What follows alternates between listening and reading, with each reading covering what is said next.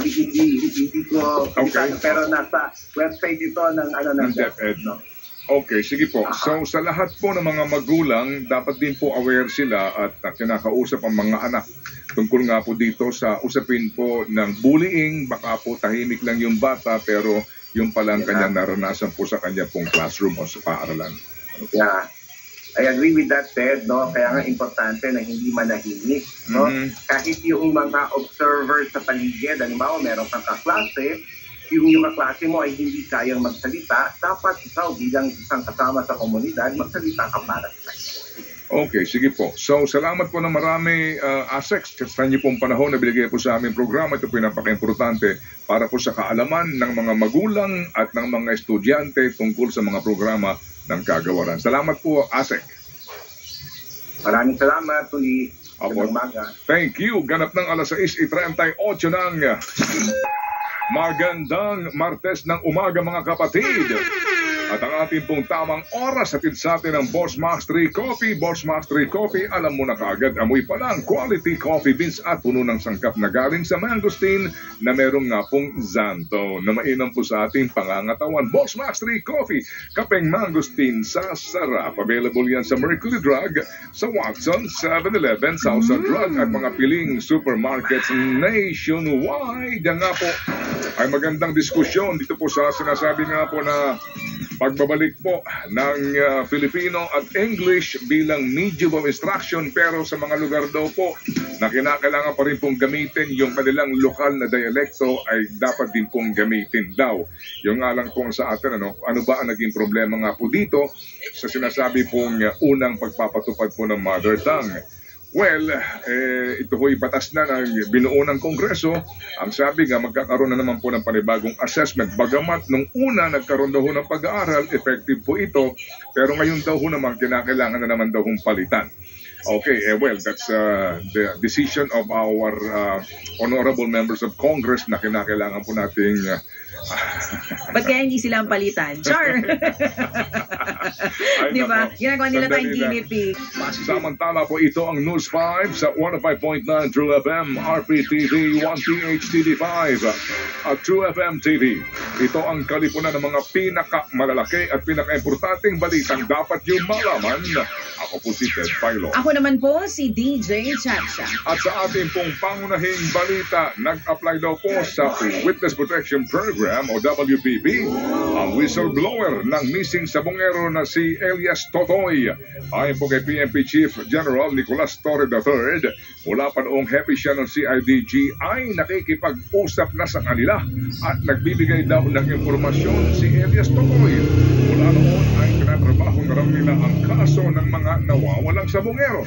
Bukod sa mga pulis, itinawid na rin po nitong si Elias Totoy ang ilang opisyal ng Judiciary at ng National Bureau of Investigation o NBI na umano'y sangkot sa pagkawala ng mga sabongero. Sa bigat po ng mga revelasyon nitong si Totoy, hinihintay na po daw ngayon kung siya'y papasa sa Witness Protection Program. Bagay na pinag-aralan daw naman ng state prosecutors, lalo pat sa kabila ng mga naisiwalat niya ay wala pa siyang isinusumiting mga affidavit sa DOJ. Kakausapin din daw po ng DOJ ang mga pulis na iniugnay sa pagkawala ng mga sabongero. Hawak na ng Philippine National Police ang 15 pulis na idinadawit sa pagkawala ng mga sabongero. Ayon kay PNP Chief Nicolas Torre III, nasa restrictive custody na ng PNP ang 15 pulis. Sila po ang mga polis na idinawit ng whistleblower na si Julie Patidongan alias Totoy. Hindi na sila pinangalanan pa pero aktibo pa raw sa serbisyo ang 15 mga polis. Ang isa nga daw dyan, Lieutenant Colonel pa ang ranggo. Ang giit pa ni Torre, tumugma ang pangalan ng ilan sa mga polis sa petty cash voucher na isinumite ni alias Totoy bilang ebidensya. Kaya posible rin daw na hindi lang ito limitado sa 15 mga pulis.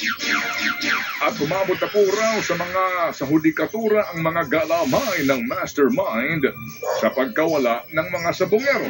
Sa meeting po nila Justice Secretary Boying Rimulya at Chief Justice Alexander Hesmundo na pag-usapan ang tungkol sa gumugulong ng investigasyon kaugnay po naman sa mga hukom na umano'y naiimpluwensyahan ng mastermind sa missing sabongero.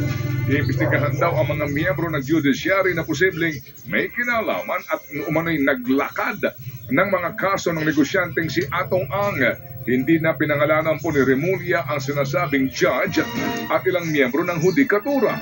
Pero sa panayan po sa programang ito, kamakailan lamang, sinabi nga po ni Elias Totoy na dating judge daw at chairman ng PCSO ang naglalakad ng mga kaso umano ni Ang. Walang binanggit na pangalan po si Elias Totoy pero isang retiradong judge ang kasalukuyang pong chairman ng Philippine Child Statistics Office na si Felix Reyes. Sa isang mensahe po naman sa News 5, nauna pong itinanggi ni Reyes na siya may kinalaman sa mga kaso ni Atong Ang. Hindi raw niya kailanman tinutulungan si Atong Ang sa anumang kaso nito. Pareho pong nag-a-apply para maging ombudsman si Reyes at si Remulla. Samantala sa kaugnay na balita, handa naman ang NBI na tumulong sa pagtukoy sa mga mare-recover na bangkay ng missing sabongero. Ngayong linggo na kasi sisimulan na ang pasisid sa Taal Lake sa Batangas. Ayon kay Justice Secretary Boying Remulla, tutulong ang Philippine Navy at Philippine Coast Guard sa paghahanap. Sa ngayon, nag-request na po ang DOJ ng 3 equipment na gagamitin para suyurin ang lake bed ng Taal. Gayon din ang pagsusuri sa sedimentasyon o ang mga materyales na naipon sa ibabaw ng lawa.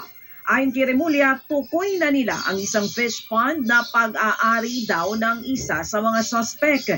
Doon daw sisimula ng mga otoridad ang paghahanap. Una nang sinabi ng Department of Science and Technology o DOST na posible pa rin ma-recover ang mga buto ng mga sabongero na nawala mula pa noong 2021 hanggang taong 2022. Sa ibang mga balita po naman, suportado raw ng tinatawag na supermajority sa Senado ang liderato ni Chis Escudero kaya malabong siya ay mapalitan.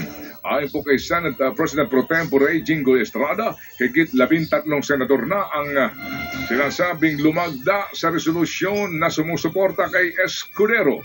Ganyan-ganyan din ang sinasabi kamakailan lamang ng ilang pang mga senador. May sagot naman sa kanila si Senador Mig Zubiri na si Senador Tito Soto ang gustong maging Senate President.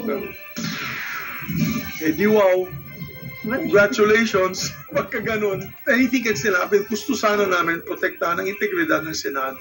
Maawa na kayo, bugbog ng Senado. Bugbog sa matang tao, bugbog ng Senado. So, never say die. Yan po ang tinig ni Senador Miguel Zubiri. May time din for fun. Hi!